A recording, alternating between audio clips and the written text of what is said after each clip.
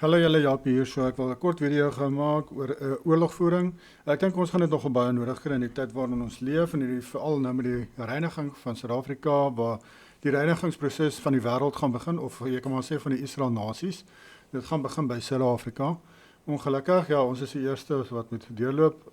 Ek sit nou nie in Suid-Afrika nie, maar binnekort miskien moet mense maar terugtrek anyway. In elk geval en dan sou ek ook maar daar in the thick of things, soos hulle in Engels sê. So dit is die smeltkroes tydperk vir Suid-Afrika en hulle gaan eers daardeur want dit is die plek wat Jahwe wil voorberei vir die koms van die uit Israel of die wit nasies uitverkorenes van hulle, die wit nasie vir wêreldwyd wat daarna nou toe moet vlug in die toekoms. Net soos wat Nicolaas van Rensburg gesê het en net soos wat die Bybel vir ons sê. Daar's baie profete wat dit ook sê. So ja, we gaan by ons begin en ek wil 'n paar verse met julle deel wat handel oor oorlogvoering, geestelike oorlogvoering. Voor ek begin wil ek net noem wat Lucifer reg gekry het in die rekordseisoen van misleiding waarin ons nou leef. Hy het die mense om die bos gelei, die Christene, om te dink, hulle moet nou maar net agteroor sit en wag vir 'n wegraping. Hulle kan niks doen om te verander wat gebeur nie, hulle moet maar net agteroor sit en wag. Sit en wag, dis wat Satan reg gekry het onder die Christene. Jy is hier om geestelike oorlog te doen, jy's hier om jou lig te skyn, jy's hier om Jahwe se wil te doen. Jy's nie hier om agteroor te sit en wag vir 'n wegraping nie. Ek wil dit sommer net gou uit die wegruim daar. Ons is hier om 'n verandering te maak as ons kan, om ons lig te skyn waar ons kan en om die lewe moeilik te maak vir die duiwel. Jy's veronderstel om die lewe moeilik te maak vir die duiwel. Hy gaan rond en hy verskeer mense met sy leuns soos 'n brullende leeu.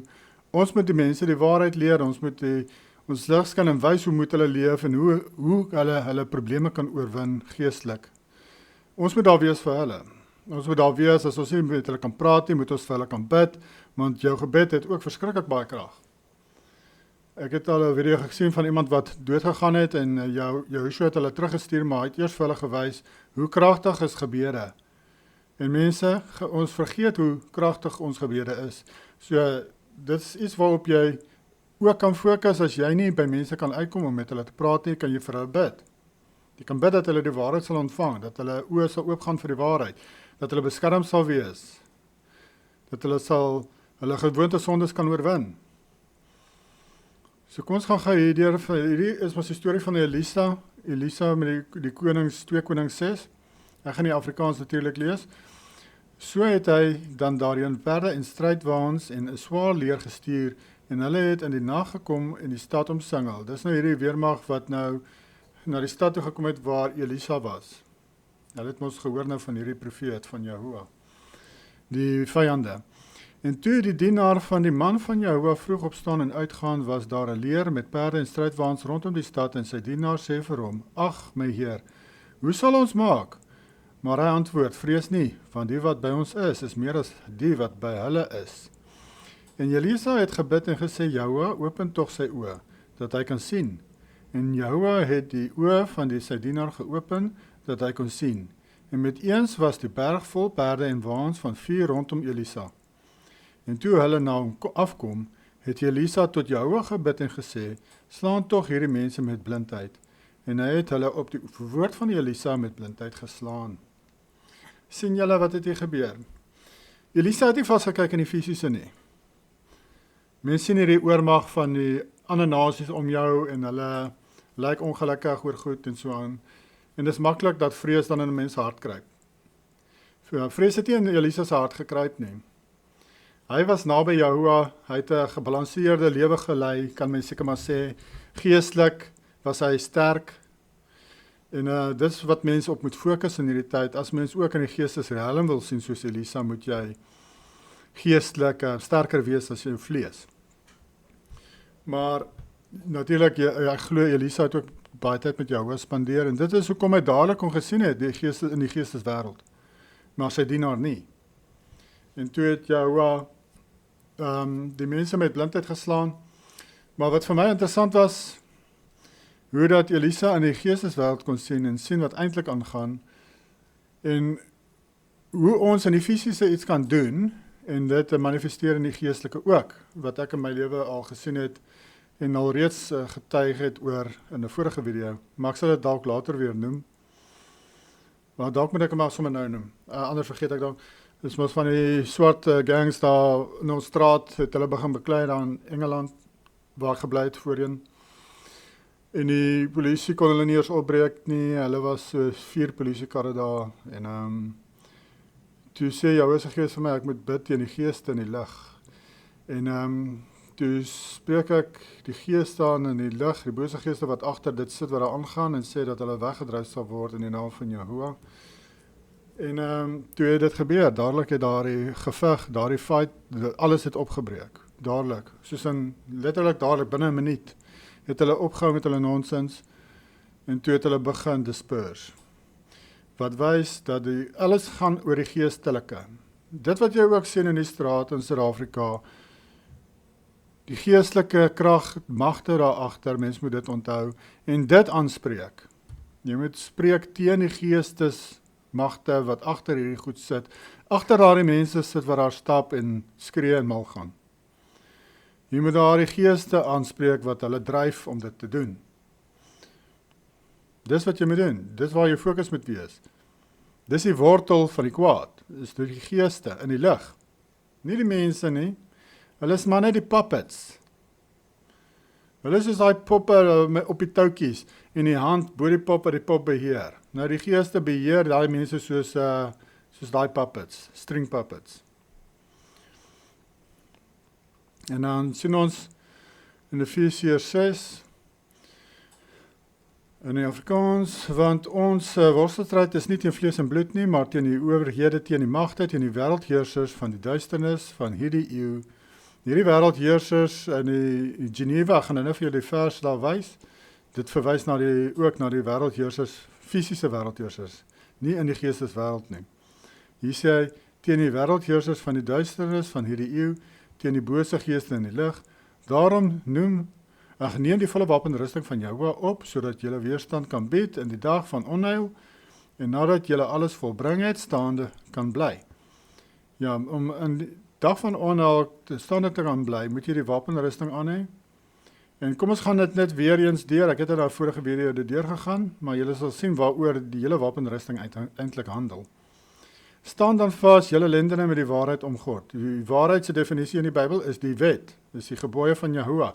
Jy moet die gebooie onderhou, dis die belt, wat jou broek ophou. Met die borswapen van geregtigheid. Die Bybelse definisie vir geregtigheid is weer eens die gebooie. Soos Deuteronomium 6 vers 25 en Jesaja 51 vers 7 byvoorbeeld en Lukas 1 vers 6. Die borsharnas van geregtigheid is die gebooie onderhou. Sien julle, die eerste 2 gaan oor gebooie onderhou. En as skoene aan julle voete, die bereidheid vir die evangelie van vrede, ja, mens moet bereid wees om jou lig te skyn, en dit is die skoene aan jou voete. Behalwe dit, alles neem die skuld van die geloof op, waarmee julle al die pile van die bose sal kan uitblus.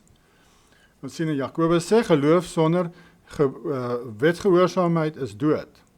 Sonder werke is dood. Jakobus 2 vers 17. So mense, weer eens verwys dit na die gebooie wat jy moet onderhou, dis die skuld van geloof. Jy wys wat jy glo deur aksie. As jy glo Jahoua het gesterf vir jou vorige wetteloosheid, dan wys jou aksies van wetsgehoorsaamheid dat jy glo. En neem aan die helm van verlossing en die swaard van die gees. Helm van verlossing, die verlossing is 'n proses soos ons sien in Filippense 2 vers 12 en Matteus 24 vers 12 en 13. Dat verlossing is 'n proses waarin ons die gebooie moet onderhou deur geloof in Jahoua. Dis die proses. Dis die helm van verlossing. En die swaard van die gees, die swaard natuurlik verwys na die Bybel, of na die woord, dit verwys meer spesifiek na die gebooie van Jahoua weer eens. En onthou, Jahoua het die swaard, die gebooie gebruik, om vir Satan te sê, wat hy sê is verkeerd. Hy het nie net iets opgedis in sy gedagtes en dit vir hom gesê nie, hy het die woord gekwoteer, hy het die gebooie gekwoteer vir Lucifer. Jy moet ook die gebooie kan kwoteer vir Lucifer as hy jou kom aanval. Jy moet mos in Jahoua se voetspore volg. Terwyl julle met alle gebed en smeking by elke geleentheid bid en in die Gees, onthou julle, wanneer ontvang jy die Gees? 1 Johannes 3 vers 24 en Johannes 4 vers 15 en 16. Jy ontvang Jehovah se Gees alleenlik as jy bereid is om die gebooie te gehoorsaam. Dis wat daar staan. So, hoe kan jy in die Gees bid as jy nie die Gees het nie? Net as jy die gebooie onderhou, kan jy Jehovah se Gees ontvang. En dan kan jy in die Gees bid. En juist daartoe waak met alle volharding en smeking vir al die heiliges. Heiliges, wat is die definisie van heiliges? Openbaring 12 vers 14, is dit 12 vers 17 en 14 vers 13 ek dink. Revelation, ja, ek dink so. Maar dit sê dat die heiliges is hulle wat die gebooie onderhou van die Vader deur geloof in Jehoshua. Definisie daarvan. So, as jy wil hê jou gebede moet verhoor word, moet jy die gebooie onderhou. En hier gaan ek nou vir julle wys dat dit so is. Jesaja 1. En as julle jul hande uitbrei, bedek en my oë vir julle, en as julle jul hande uitbrei, so as jy jou hande so oplig om jou nou te dien, aanbid, bedek ek my oë vir julle, sê Jehovah. Hy bedek sy oë, hy wil dit nie eers sien nie. Ook as julle die gebed vermenigvuldig, al bid jy honderde, duisende kere, al bid die hele volk saam, al sê julle vir mekaar, julle kom ons almal, oor die hele land, staan nou saam, hierdie dag, hierdie tyd, hierdie uur, bid ons almal saam, asof dit dan skielik verhoor gaan word, as julle almal wetteloos leef. Dan help dit nie of die hele wêreld saam bid nie. Dit gaan nie help eers as vir die hele wêreld saam bid nie, dit gaan nie 'n verskil maak nie. Luister ek nie, hier sê hy luister nie. Julle hande is vol bloed. Was julle, reinig julle, neem die boosheid van julle handelinge voor my oë weg, hou op om kwaad te doen. Die Engels sê dit vir my mooi hierso, wash yourselves, make yourselves clean, put away the evil of your doings. Hou op wetteloos leef. From before my eyes, cease to do evil. En dan Spreuke 28 vers 9, wie sy oë wegdraai, om nie na die wet te luister nie, selfs sy gebede is 'n gruwel. Mense, dit help jy of jy hele land saam bid nie. As julle nie die gebooie gehoorsaam nie, dan beteken daardie gebede absoluut niks. Niks op 'n kontrak. 0, 0, zults. Julle moet die gebooie gehoorsaam as jy wil hê Jehovah moet jou gebede verhoor. Anders druk hy sy ore toe vir jou gebede. So die wapenrusting gaan oor Jehovah se wet wat jy gehoorsaam. Anders het jy nie die wapenrusting aan nie. Anders kan jy niks doen in die geesteswêreld nie. Anders luister die bose geeste nie vir jou nie. Anders dra jy geen krag. As die onheil kom, gaan jy nie daai geeste in die lig gaan aanspreek nie, want jy onderhou nie die gebooie nie. So daai geeste lag jou af. Jakobus sê vir ons, die bose geeste glo ook en hulle sidder. Hulle glo ook jou bestaan. Hulle glo ook en Joshua is daar en hy het gesterf vir ons sondes en alles. Hy glo net soos ek en jy. Nou wat is die verskil tussen ons en daardie demone, bose geeste? Verskil is ons moet die gebooie onderhou van die Vader. Ons moet deur ons werke wys dat ons glo. Die demone wys nie deur hulle werke dat hulle glo nie. Hulle doen evil goed. En net so volg die Christen in hulle voetspore, né? Die Christenkerke, hulle volg in die demone se voetspore. Hulle glo ook net in hulle hartjies, maar elke dag as hulle uitgaan, doen hulle evil. So eintlik is hulle maar net die demone. Hou op om in die demone se voetspore te volg. Volg in Jehoshua se voetspore. Hy het geglo en gedoen. Hy het die woord gepreek, die gebooie gepreek en hy het dit onderhou. En hy het gesê, jy moet in sy voetspore volg. Ja, dis wat ons moet doen. Mense, in hierdie tyd wat ons nou aangaan, en wat julle sien daar begin gebeur in Suid-Afrika, dit is regtig tyd om op hierdie goed te fokus en om jou lewe op 'n plek te kry dat jy geestelik meer krag dra en beskermd is. Wat ek het gesê van daardie vers in Geneva, kom ons kyk om gou. Dis hier Geneva 1587. For we wrestle not against flesh and blood, but against principalities, against powers, and against the worldly governors, So die leiers van die wêreld, ons stryd is teen hulle ook, né? The princes of the darkness of this world against spiritual wickedness which are in ye high places. Ja, hulle het dit 'n bietjie verander in ons Bybels, maar oorspronklik het dit gesê the worldly governors. In elk geval, ja. Maar ons kan mos sien, ons stryd is maar teen hierdie leiers van die wêreld ook, want hulle aanbid Lucifer en hulle doen sy wil. Maar ja, staan op vir wat reg is. Dis nie asof alles set in stone is nie. Dinge kan verander. En jy kan die lewe moeilik maak vir Lucifer en sy planne. Want in hierdie kortseisoen van misleiding is niks vasgelê op papier nie. Niks is vasgelê in profesie nie. Soos wat mens kan sê met Openbaring byvoorbeeld, want Openbaring het al reeds vervul. Dit het gehandel oor Judea se oordeel en Rome se oordeel rondom 70 na Christus. En dis hoekom Lucifer wil hê jy ook half, jy moet glo dat dit nog nie gebeur het nie, want hy wil hê jy moet eintlik dink alles is vas, niks kan change nie, niks kan verander nie, want hierdie goed moet gebeur. Maar dit het klaar gebeur. Jy kan 'n groot slag slaan, want Jehoshua regeer nou. Dit lyk nie so of hy regeer nie, maar hy regeer waar ons kan hom nie sien nie, maar hy regeer nog steeds, want ons moet nou kan kies. As hy hier rondloop hier tussen ons, gaan ons mos nou die hele wêreld gaan dan vir hom kies. Maar dis hoekom hy hom onttrek het en vir Lucifer 'n kort seisoen gegee het om ons te mislei, om ons te toets, om te kyk wie gaan kies vir hom en wie gaan nie. Wie gaan vir Lucifer kies. Maar hy regeer nog steeds waar hy is. En ons moet saam met hom regeer in hierdie kort tyd. Ek wil net gou hierdie antwoord.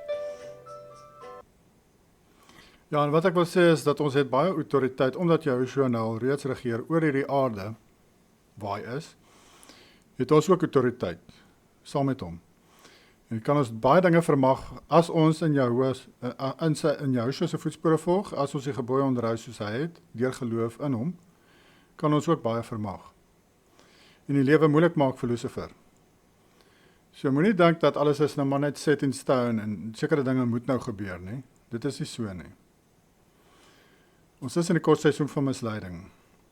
Al wat nog moet gebeur dan is die tweede Exodus, dis die laaste slag van Gog en Magog, wat die Rusland en sy alliansies is, wat die kamp van die gelowiges omsingel daar onder by Afrika in die einde, en dan sê die Wittroon oordeel, dis die dinge wat moet gebeur, dis set in stone.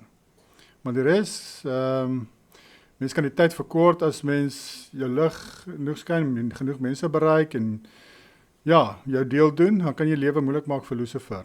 En dan sal hy moet aanpassings maak. En ja, dis tyd dat die Christene moet wakker word en nie agteroor sit en wag vir 'n wegraping nie. Groete julle, bye.